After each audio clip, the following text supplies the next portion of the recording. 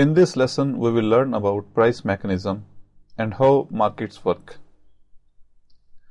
In previous lessons, we have learned that there are three types of economic systems: planned economic system or socialism, mixed economic system, and free market economy or capitalism. In real economic life, all countries of the world are following mixed economic system, but there is a difference of degree at which the model is being followed.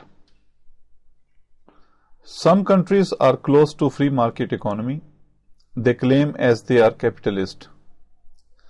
Other countries are still towards controlled economic system, and government involvement in economic activity is more than the private sector.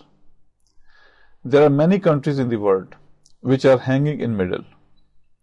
Price mechanism works under capitalist societies or those economies where role of public sector corporations and enterprise is very less. Price mechanism is the system of invisible force that controls and determines what, how, where, and for whom is to be produced. The invisible force or invisible hand is called price mechanism. Invisible hand has two tools known as demand and supply.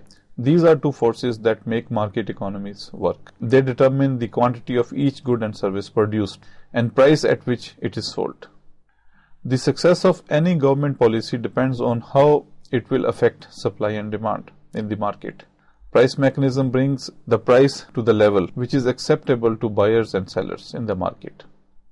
Buyers are consumers or customers, whereas sellers are producers or traders. And market is a place where buyers and sellers, they can communicate with each other to settle down the price.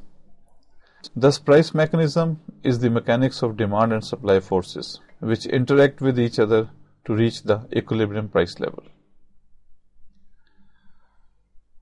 That's all in this lesson. Thank you very much.